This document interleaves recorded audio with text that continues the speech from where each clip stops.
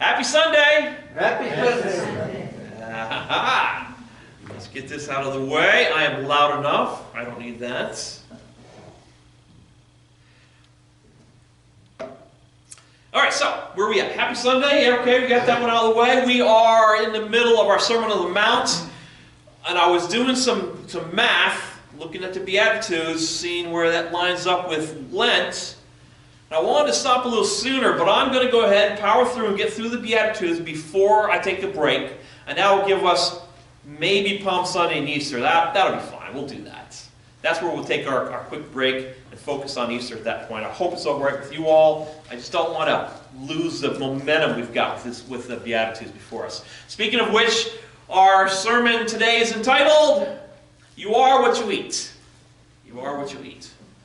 Notice we've got a Bible up there in the corner of my food there. It's a little preview of what's to come. This is what our message is called. We read earlier Matthew 5:6, which said, Blessed are those who hunger and thirst for righteousness, for they shall be filled. Amen. Okay, let's just jump into this. You are what you eat. Every mother in the world has said this. I'm pretty sure. Yeah? Everyone said it. You've all heard it. When you were a kid, you heard it. You are what you eat. So, any clear-thinking young man, young boy would probably do the same thing I did. And if they heard this, they would eat as much mushrooms as possible. You know why, of course, right? I always wanted to be a fun guy.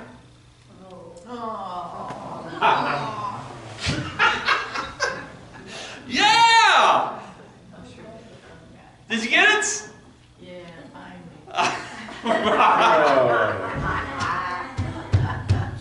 Oh, you're going to be laughing later on tonight. You'll be shaking your head. Actually, right, nutritionists have dramatized this kind of importance in the diet because they figure, they want this illustration. You eat a lot of donuts and pastries, you're going to be a walking pastry around. And there's some level of positive truth to this, I suppose. It makes a difference. But we're not talking about that. We're talking about the realm of mind and the spirit, in which case this still has a lot of play, right? So it has a lot of play. If your mind feeds on violence and excitement and erotica and materialism, you're eventually going to personify these kind of thoughts, right? You've heard the phrase garbage in is garbage out. That's basically it. Garbage in is absolutely garbage out, right?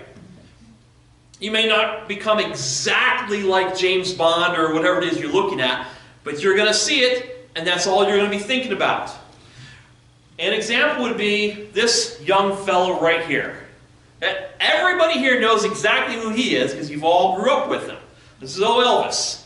In his younger days, he was a clean-cut young individual singing songs with t-shirt and jeans on. That's what he was. That was Elvis. Right? But he became, over time, a pitiful pursuit of materialism and sensuality, going from this to this. He became exactly what he was consuming. He in his heyday, he would earn $5 to $6 million a year. In his first 2 years of level fame, he earned $100 million in 2 years. I was going to do the math. What is $100 million back then equal now? I can't imagine. It's amazing. He owned 3 jets, 2 Cadillacs, a Rolls Royce, a Lincoln Continental, a Buick, a Chrysler station wagon. I don't understand that one. A Jeep, a dune buggy, a converter bus, and 3 motorcycles. His favorite car, to get this, was a 1960 Cadillac limousine. The top was covered with pearl white Naugahyde, I guess it is. The body was sprayed with 40 coats of specially prepared paint that included crushed diamonds and fish scales. Nearly all the metal trim was plated with 18-karat gold. Inside the car was 2 gold-flaked telephones, a gold vanity case containing a gold electric razor and gold hair clippers, an electric shoe buffer, gold-plated television, record player, just to make sure we understand the day and age this is, An amplifier, air conditioning, clearly, and refrigerator that was capable of making ice within 2 minutes. I didn't know they existed today, actually. I could use one of those.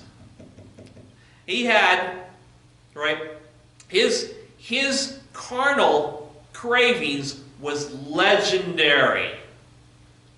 And he absolutely was the personification of becoming what it is you consume. And he died. How did he die? Officially, it was a heart attack, but not from natural causes. He was addicted to barbiturates, which caused the heart attack. Right? It says, "He that walks with wise men shall be wise, but a companion of fools shall be destroyed." That's what we have in the example here before us. And we have what we do with Elvis Presley as the backdrop to what we're talking about in our personification. In our beatitude is a perfect compare and contrast we have before us here. Let's see here. Right, so in our beatitude today, Jesus sets the appetite, he sets the menu, the food is righteousness. Blessed are those who hunger and thirst for righteousness, for they will be filled. All right, so we're going to break this down today. And as we have broken it down in the past, there's always one word that will help us understand everything else in this. And usually before it was like meek and understand that and so on. But not this one. This one is righteousness. This is the word that's going to help us understand the context for what we understand this for. There's three ways in which we can understand this, or at least that I've come to understand people sort of see this. And the first one is, when they look at righteousness, they'll see this as an objective righteousness. What that means is the Lord will credit your account as righteous. Some of the examples would be when Abraham was doing his thing with Isaac, and he made lots of good decisions, and the Lord accredited him as righteous already. And they had done that with several others in the past. What it is it's righteousness of God that is revealed because of something that you have done. But if we continue to look at the context from beatitude to beatitude to beatitude, you haven't done anything yet. And so the context of this righteousness doesn't fit that particular kind of understanding. The second one is social righteousness. And when I saw that one, at first I said, well, how do you get that? I was about to just not even mention it. But then I stepped back a little bit. I looked at the big picture. I'm like, oh, okay. Okay, I can see that. I can understand why a person would understand this to be a social righteousness. You know, the righteous treatment of the poor and the oppressed. John the Baptist actually has a very good example of this. Before Jesus comes on the scene, he's out there in the River Jordan, he's preaching.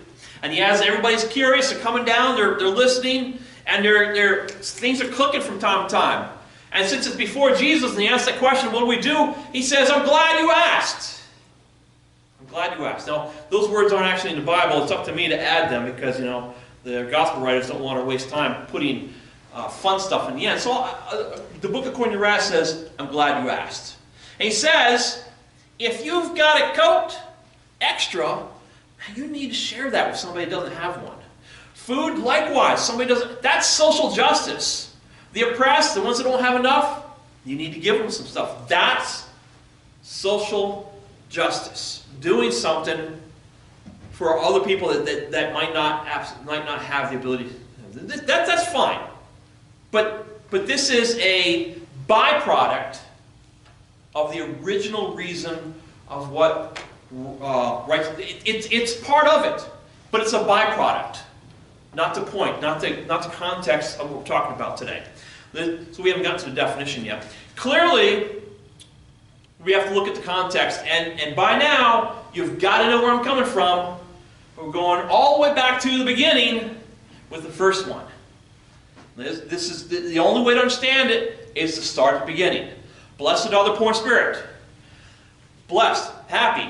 Knowing that you have God's approval, blessed, poor in spirit, spiritually bankrupt, in of ourselves we cannot generate a spirit that is acceptable unto the Lord.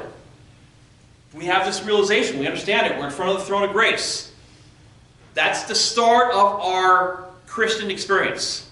Then we get to the next one, and He works in us, and He begins that relationship, and He opens our eyes, and as soon as we do, we see the black blight on our soul, and all of a sudden we see the responsibility of our actions.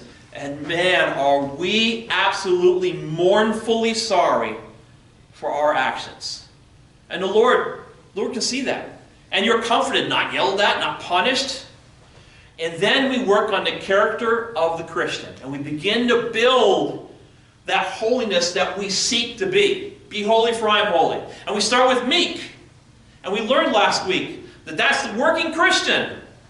We are a Christian defense. We witness for Jesus. We're serving Christ. We're doing the commission that's been, but from a certain perspective, as a meek person. Like Jesus, we use Him as an example. And we're humble. And it's from this position and from this build that we get to today. Right? Blessed are those that hunger and thirst for righteousness. Righteousness. God's righteousness. Not the other two. What righteousness are we talking about? Directly from the definition, it says, conformity to a certain set of expectations that vary from role to role. I put that in there because it's part of the definition. We probably could get that out of there. Fulfillment of the expectations in any relationship, whether God or just get rid of the old other people. In relationship with God. That's the righteousness we're talking about. It's a desire to be obedient unto the Lord, and so we need to know God's will. We need His guidance. We need to know what He wants us to do. That's why the first one doesn't work, because we're already doing something. In this one, what are we doing? What is your will? How may I please you? How can I live within your will? To live in compliance with God's will. It includes an increasing sense and need to be like God. Be holy for I am holy. To hunger, to want it, to thirst. So Jesus has a kind of example in this, and he's talking about this in Matthew 25, 31 through 40. And he's talking about judgment, separating the sheep from the goats. Because there's some people that's doing God's will for God, for God's kingdom, and there's some people doing stuff that's not necessarily got the same kind of motivation behind them. And the Lord talks about doing the good work for God. And He says this, and you probably understand, you probably heard this before. I was hungry, you fed me. I was thirsty, you gave me something to drink. I was a stranger, you took me in. I was naked, you gave me clothes. I was in jail, you came to me. So He's talking to His disciples, He's talking to His followers here. And probably the quick, those of you with a quick mind can probably make it a quick assumption. Says, well, Pastor, you just said that social that the social nature isn't what this context is, and that sounds exactly like the social one. Right? Hungry, thirsty, stranger, naked. Social righteousness. And I'll tell you that, yeah, that's exactly what that is. But there's more to this than just that. The purpose of what we're talking about is actually behind all this. Because the people that's talking to Him are who? His followers. And they are confused because Jesus just said, I was hungry, you gave me food. But Jesus, I didn't give you food. I gave this person over here some food. They were hungry. They needed it. So I don't understand. What were they doing? They were directly in front of Jesus asking, what? You're confusing. What is this confusion talking about? And so in verse 37, it says, the righteous ask Jesus. The righteous. Now that is the context that we're looking at here today. Because then Jesus asks them, or answers, said, yeah, insomuch as you did it for the least of these, my brethren, you did it for me. They got their answer because they sat in front of the Lord asking for His will. And they were thirsting for it. They were a hunger for it. They weren't just satisfied with some meandering things that they didn't understand. They wanted to understand. That's the context of the righteousness in which we thirst and yearn for, right there. That's it. Right? His will was received, but it was only to the ones that really wanted to know it, that really thirsted, that really hungered. Right? The immensity of the expression that we have in front of us here today as we sort of look into hunger and thirst is nearly impossible for us to understand. Nearly impossible for us to understand. We have comforts that we take for granted every day of our lives. Right? We do. Jesus is far from recommending genteel desires for spiritual nourishment. Words do not exist in isolation. What do I mean by that? If you get a brand new word, you've never heard of it before, say geninate. How many people know what this word is? Geninate. So it's just a bunch of letters crammed together. We have no basis. We have no experience. We can't understand it. In reality, you're going to love this. This word is arranged in pairs.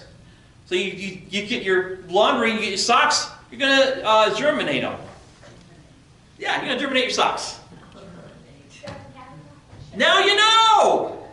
But before that, it was just a bunch of letters that you had no idea about. They exist on a background of experience and thought and meaning conditioned by the background of the person who speaks it. Right? This beatitude does not get the respect it should because the experience that we have here today does not translate to what this beatitude is actually saying to us. In fact, there's very few people in modern conditions of life have any idea what being hungry and being thirsty is all about. We have no idea. And therefore, we really don't get the full effect of this beatitude. A regular working person back in those days worked for 1 denarii. If I said that word right, I'm not sure. 1 denarii. This is exactly the kind of coin that is a denarii that was in that day. They had different Caesars and things like that. It would change from time to time depending on who's in charge. How much is this? 73 cents, give or take. Every single day, they worked for 73 cents. That's what they used to feed their family on. That was it. They have a precise background and understanding and knowledge of what being hungry really is all about. What it's really all about. You know how many times they eat meat? From what I've understood, maybe once a week.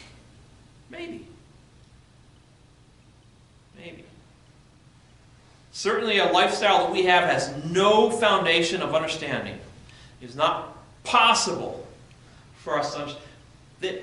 When we want water, you go to the kitchen, you turn the faucet, you get a glass of water, it's cool, it's clean, tastes good. Actually, we're so pampered, that's not good enough. We need water from bottles we buy in the store.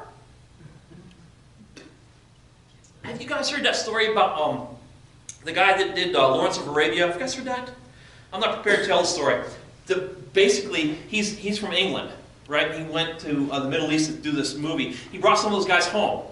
And when they got there, he put them in a hotel, and they saw, you turn this knob and water came out. So when he was going back, those guys actually took the fixtures off, thinking, man, endless flowing water, this is what we need. That's crazy. But that's the difference in perspective. That's the difference in perspective. Imagine this if you can.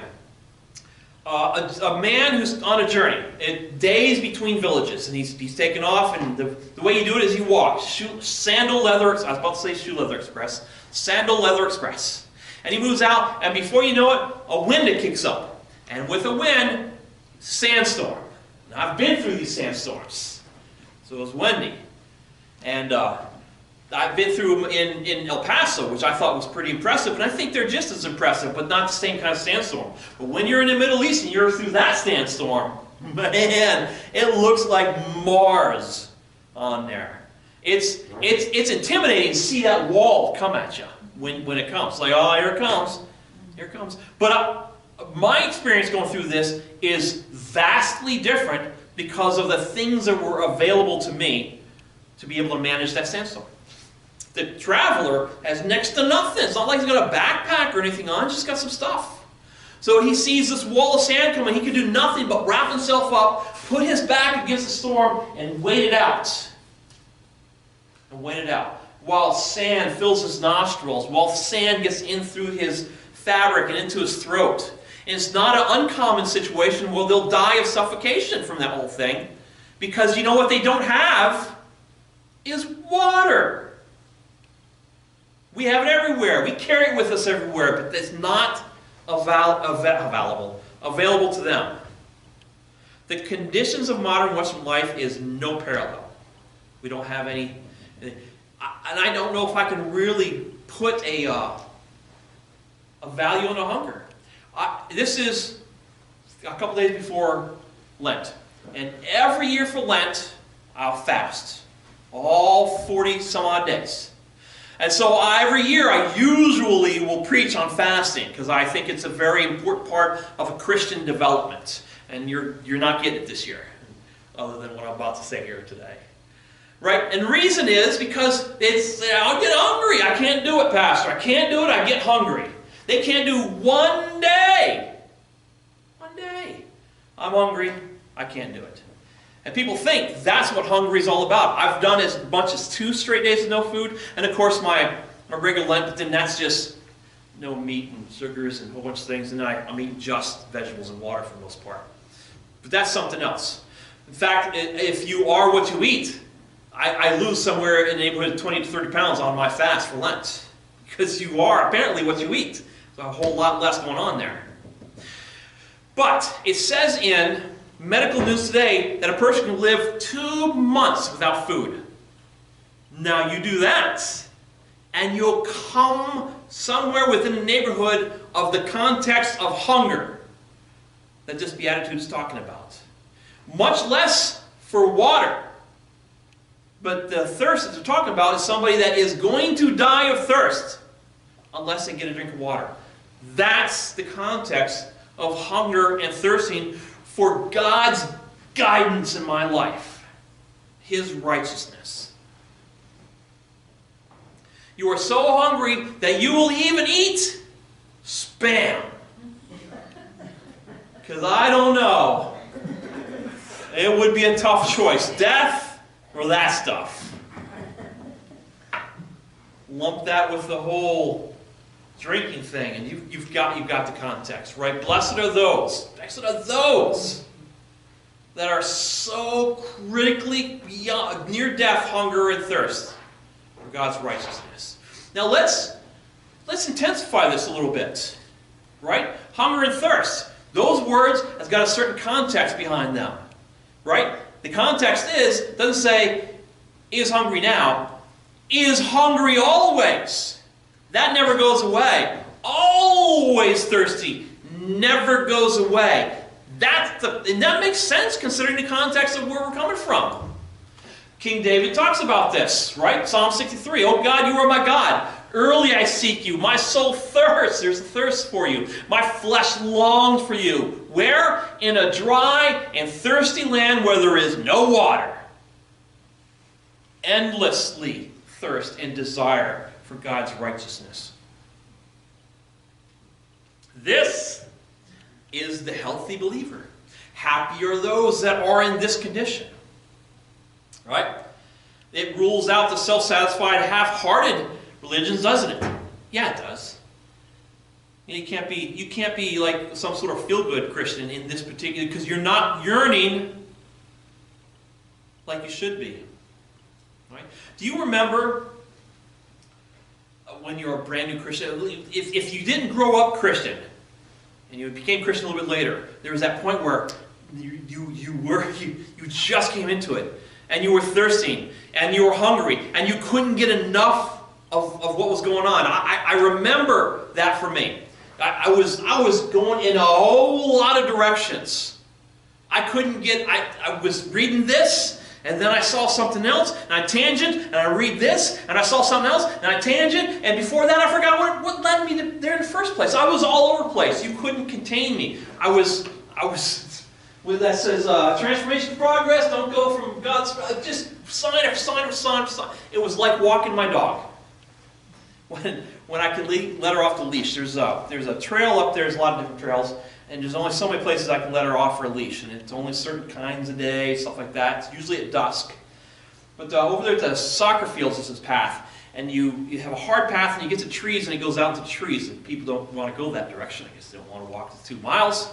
And I call her in, and she knows. Her body vibrates. She knows she's about to be let off the leash. And then she's patient, and I unhook it. I say, go. And boom, she's off like a shot. There's a rabbit. There's a squirrel. And she looks at the tree, and then all of a sudden a head pops up, looks over there. There's another noise, and she's across the path over there. She's never far from me, of course.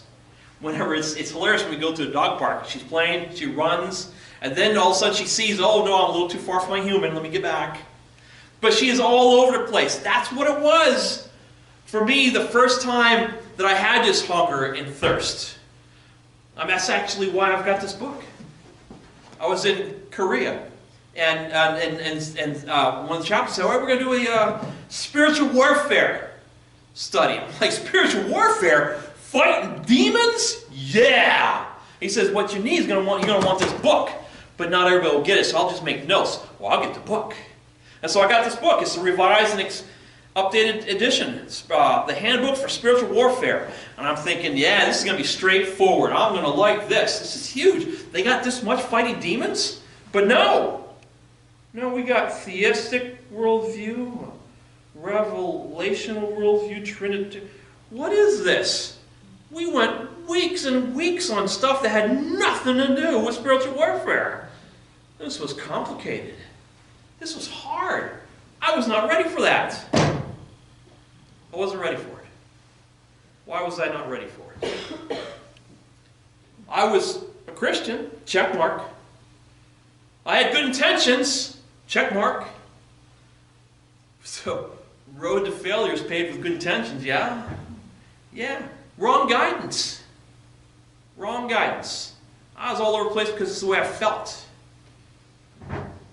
Might have been a Christian, wrong guidance. What, you think the Lord would have led me here? Maybe now. I'm all over this now. I got some correct background at this point. Hey, look at that. I found a picture of Michaela.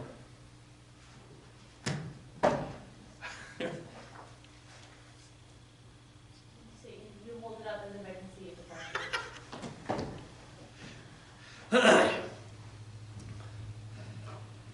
We would welcome opportunities of a dedicated time to do things back in the day, right? And we were excited. But then the realities of life took over, didn't it? We would do less, so we'd do less. Pretty content with a life of lesser devotion, yeah? Yeah. Harder to get people to volunteer for things the little further you go. Yeah, I've done, I deserve a break. A Christian must never be spiritually satisfied. They have lost their thirst and they have lost their hunger. What we should do is pray every single day, every single week, every single month, year, and decade that we continue to build on this thirst and hunger that it's talking about. To be more hungry, to be more thirsty. Blessed are those who are desperately hungry and thirst for God's righteousness. And there is a bit of a confusing little issue going on here that we're going to address right now that we have some of the context taken care of here. Blessed are those hunger and thirst for righteousness, they will be filled. But see, it said, they took some time and said that this hunger and thirst never goes away. And you're going to become hungrier and thirst. But it says they'll be filled. So that doesn't make any sense. Satisfied, but never satisfied. Full, yet empty. Content, but discontent. How do we get past this? Allow me to give you an illustration that will clear everything up. It's a good one. It may not be the best illustration. You'll have to be patient with me. But this does lead us into how this works out. Suppose I'm on a walk in Ohio. And it's a beautiful day. There is no winter. There's no snow. There's leaves on the trees, and I can smell the flowers. They're too far away. I can't smell them. And there's no cars. It's a beautiful day. I am relaxed. It smells great. And then I smell something familiar. I look, and there's a real Texas barbecue place. I can't believe it. A real Texas barbecue. And I'll check the menu, and sure enough, they've got barbecued, bacon-wrapped quail stuffed with jalapenos. Oh, you have not lived until you've had that. Oh man, can you? I know that I didn't see anybody's head just shake no. That didn't happen. I pretend I didn't see that.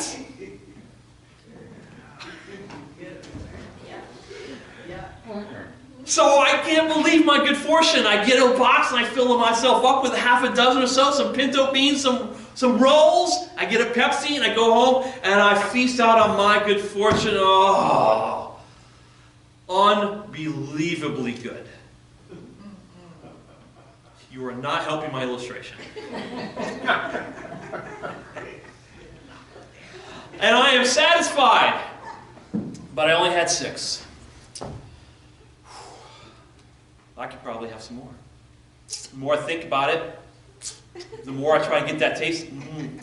Oh, I need more. Oh yeah, I'm getting hungrier, thirstier. I need to go back again because it's right there. It's this sublime cycle that just goes over and over and over.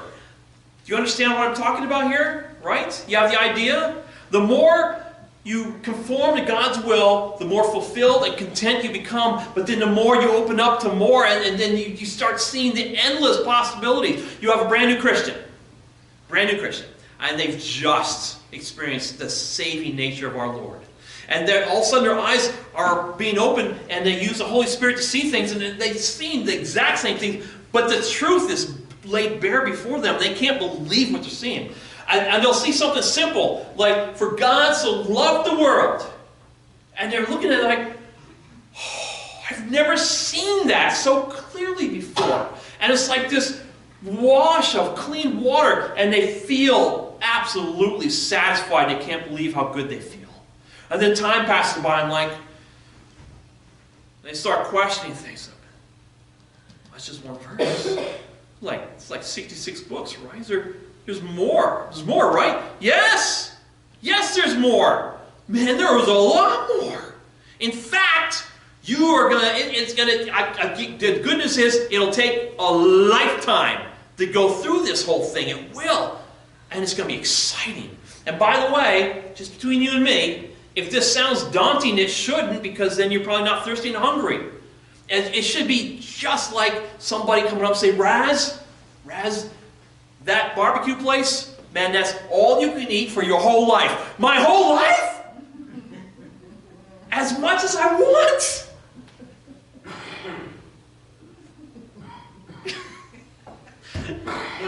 Have you had Texas barbecue? No. Oh, you are so... That's actually what they serve it in heaven. God serves this. He made one place in Texas, and here's the example of the kind of foods we have. And if anybody wants to know, they got to go there to get it. You know what I mean. You know what I'm talking about.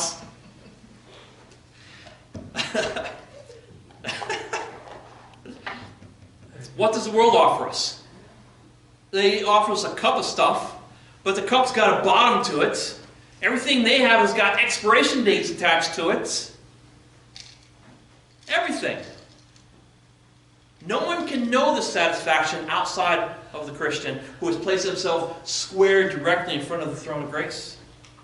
It says in, blessed are those that hunger. Did I mess that thing up somewhere? scriptures. Anyways, oh yeah, that's right. That's what it is. Only those will be filled. Who are those? The ones that are hunger and thirst for God's righteousness. Only those are the ones that's going to be filled. Well, I tell you, I jumped ahead just a little bit there. That's why our text emphasizes this, that only those, right? No one else can know this kind of satisfaction. John 4:14. But whoever drinks the water that I give them will never thirst. Indeed, the water I give them will be like a spring. Water that just flows from the throne of grace. If there's so much water, then you're always thirsty for more of God's righteousness. In that context, I am the bread of life. He who comes to me will never go hungry, because they will continue to want more, and you'll continually be filled. And he who believes in me will never be thirsty, because you're always thirsty, and you're always consuming, and God's righteousness will continue to fill you. For he satisfies the thirsty and fills the hungry with good things. You are absolutely exactly what you eat. You're exactly what you eat. The tragedy of the story, as we conclude this, is that the world is kind of hungering and thirsting after sensual things, after wealth and violence and excitement. And the tragedy of the church is that they've allowed societal's influence to be a part of their decision making, and then they have a cup, it's got a bottom, they've got expiration dates all of a sudden. And their diets are making them as empty and as pathetic as the world around us. I refuse to bend the knee to that kind of understanding. It's just not going to happen.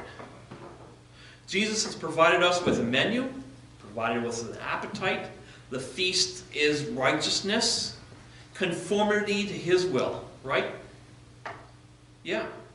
So the question is this: how hungry are you for the righteousness of God, I wonder? Is it the hunger of somebody that is dying of hunger? Is it the thirst of somebody who's dying of thirst? I said earlier that spiritual health comes from hunger, and conversely, a lack of spiritual health also comes from hunger. The unfolding of your words gives light, and it gives understanding to the simple. And if you are poor in spirit, then that's us. That's us. We are exactly what we eat. So the question is, what does your appetite look like? What has it looked like? Can we change it? Of course we can. What is it that you are eating today? Let's go.